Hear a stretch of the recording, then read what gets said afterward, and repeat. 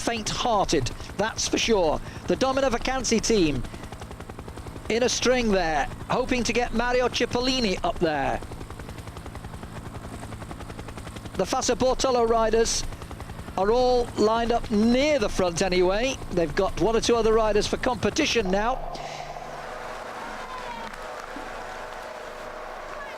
So it's Fassa Bortolo and Domina Vacanze.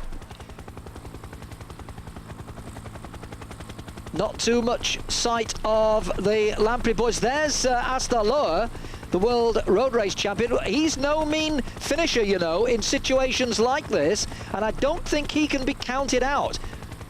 Remember how he won his world championship? It was from a small group that got away in the closing stages of the world road race last year, and it looked like it was all going to be about Bettini, but Paolo Bettini got boxed in from that little group, and Asta Loa took it from Valverde, who of course is not in the race because his team, the Kelmi team, was excluded when they had problems. And the organisers of the Tour de France had previously said that the Kelmi team is no longer welcome there, and the organisers of the Giro d'Italia followed shortly afterwards and said exactly the same thing. So no Kelmi team. They've been in sponsorship as a team for about 25 years now, but they're not racing in the Tour de France, and they're not here in the Tour of Italy either. So no Valverde, who's had such a great last 12 months, including that runner-up spot, silver medal in the World Championship. But they are not here. Let's concentrate on those who are. And just look at the string of Fassa Bortolos, and 5th or 6th in line is sure to be Petacchi, but where is Cipollini? Cipollini will probably be right behind him, I should imagine. Watch out too for riders like Caranta, for McEwen, for Freddy Rodriguez. These little twists and turns may not look much, but when you're trying to do them at near 40 miles an hour, they do become problem spots. At the moment, it's all lined out, as you can see. And it's Fassa Bortolo, 1, 2, 3. There must be 5 or 6 of them there as we're coming towards the closing stages of this first day's road racing in this year's Giro d'Italia, following yesterday's prologue time trial. The Fassa Bortolo boys are really doing their business here for Petacchi. They have got it all worked out. Tossato is one of his lead-out men. He too himself has won many races in his time as a sprinter, but he will be one of the lead-out men. So too will Fabio Sacchi. They've worked hard these last couple of years for Alessandro Petacchi, and they've put him into good placings in situations like this on a number of occasions. But I can see Robbie McEwen, not too many bike legs down. McEwen, who took the green jersey for the points competition in the Tour de France a couple of years ago and has had 3 victories already this year. Robbie McEwen is only 2 wins away from reaching his century in his career. 98 professional wins Robbie McEwen has had, and there you can see him lying 1, 2, 3, 4. I think that's him in about 5th place now. McEwen is right there. Now Cipollini also is being lined up by the rest of the Domina Vacances as they come under the red kite with 1 kilometre to go. It's all about Petacchi and Cipollini and McEwen, and I can see a Lamprey jersey there. Now, which of the Lamprey riders is that going to be? Is it Pagliarini or is it Jansch Verada? Difficult to tell. There's 2 of them. In fact, they could both be up there. Cipollini lying in about 6th place now. He's got 1 more lead-out man. There's Cippo. There he is. And he's got 1 more lead-out man, just 2 lengths behind Robbie McEwen. But Alessandro Petacchi is well placed, but he's got Cipollini right on his wheel now. Petacchi coming up with just 1 more lead-out man, but Cipollini is also there, waiting to burst through and have a go. McEwen going on the right-hand side, taking the inside berth. There's also one of the Vinny Calderolas there as McEwen takes it up from Petacchi. Petacchi coming down the middle from McEwen, and it's going to be Petacchi. Alessandro Petacchi takes his first win. He starts off the Giro d'Italia just as he finished last year. It's Petacchi's 8th win of this 2004 season, and he's done it again. He had 6 altogether last year. Let's just have another look at this. One of the Gerolsteiner boys, Olaf Pollack, got in there very late on.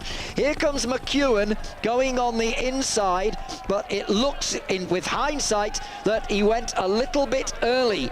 McEwen then going across everybody there and trying to stave off Petacchi, but Petacchi coming back at him very strongly. He is so strong, this guy. That's Pollack coming through, and I think Pollack gets, yes, well past McEwen. So it's Petacchi from Pollack from McEwen. That's the one. No, I'm not sure, in fact, whether that was Pollack, actually. We'll just have to check that. I have a feeling it was the Gerolsteiner rider. We'll just have to wait and see, but I'm fairly certain it was. It's been confirmed. It was Pollack. And McEwen in 3rd place. That's your 1, 2, 3. Here we see it from head on again. And McEwen, with hindsight, went just that little bit too early. He died a death in the end. Petacchi got it just right. Pollack got 2nd place. Now that's very interesting because there are bonuses, and he will get 12 seconds bonus, and he will be very, very close to taking over the lead, because by my calculations, just doing a little bit of mental arithmetic here, he started the day 10 seconds behind Brad McGee. Now, I don't think Brad McGee, I can't see any bonuses that he got. He didn't score in the King of the Mountains. He didn't score in the Giro. That was Perez, D'Amore, Rodriguez. And we're just waiting to pick up the sound of Alessandro Petacchi, but we don't seem to be picking it up yet. But just by doing quick calculations, 20 seconds, 12 seconds and 8 seconds on the road stages, and that should mean that Olaf Pollack will take over the leadership by just 2 seconds, with Petacchi closing up as well, because Petacchi didn't do too badly yesterday, remember. Petacchi finished 38 seconds behind McGee. He will close that gap by some 20 seconds, having won the stage, as we see the sprint from overhead once again. McEwen going a little early, Petacchi coming strong at him, bringing Pollack with him, and Pollack finding his way round McEwen. Whoa, look at that, almost going shoulder to shoulder there. But McEwen dying a bit of death. In fact, I'm not sure that McEwen got 3rd, because I rather think that he might have been done out of that by D'Amore. And in fact, there it is, McEwen just beaten on the line by D'Amore. Now, he's had a pretty good day. Crescenzo D'Amore, the Italian who was the world junior road race champion back in 97, I think it was. D'Amore was in 2nd place in the Giro, so he got a few bonus points there. And he just beat McEwen to the line for 3rd place, so he gets another 8 seconds there. So D'Amore will have lifted himself up the general classification quite considerably. He began the day, let's have a little look, 42 seconds down on McGee, 32 seconds down on Pollack, but, well, not sure what the hell that's about. But D'Amore has done himself a huge favour there and lifted himself up considerably for Acqua Sapone in the overall classification. You can't see him quite there, but he just pips McEwen. He's behind Pollack in the pale blue. You can just see him, there he is, just under the shoulder of the Fassa Bortolo jersey belonging to Alessandro Petacchi, who points and says, yes, I'm the man.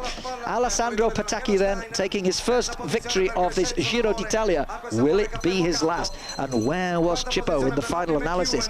Well, as you see the picture there, Cippo is lying 1, 2, 3, 4, 5th place. White helmet, that's Cipollini in 5th place. Now he's just on the coming up to the wheel of McEwen there. But Cippo, sadly for him, he doesn't do it. And we see his lead-out man trying to give him some help, but he's just not there. And he sees riders going past him. And this is bad news for Cipollini as he goes out of the picture. As first it's McEwen who gets clear, goes way across the road there, although he isn't actually switching anybody's wheel. Petacchi completely unfazed, waits for the wheel to go across, comes past him with ease, and that really is ease, it has to be said. A good 2nd place for Olaf Pollack, following his 2nd place in the prologue time trial, and a great finish there by D'Amore. d'Amore, Crescenzo d'Amore, which has really surprised everybody a little bit, I think, in the closing stages. I don't think too many people would have had him down for third place, but he's pipped Robbie McEwen, and that puts a question mark upon Robbie McEwen's ability to gain stage wins as this race progresses. Well, well, well. Well, here we are in this lovely town of Alba, which, as I said, is not very far away from the vineyards around Asti. 20 miles to the north, you've got the capital of Italy's sparkling wine industry, where the Asti Spumante comes from. But here in Alba, you've got all sorts of beautiful old buildings, Baroque and Renaissance palaces. There's cobbled streets down there. In October, if you come here in October, you'll see one of Piemonte's most alluring festivals.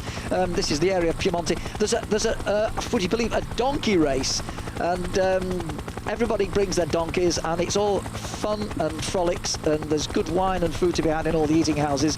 And there's also, by the way, that same month in October, sadly not this month unfortunately, there's an annual truffle festival, and believe it or not, because truffles are expensive, you can blow your entire holiday budget on one meal alone if you want a knobbly truffle, because there's plenty of swanky restaurants here that charge you swanky prices as we see the classification. And there you have it. Olaf Pollack has taken over for Brad McGee. I said it was just a couple of seconds. There it is, confirmed. Alessandro Petacchi into third place. Popovych, third overall last year, is in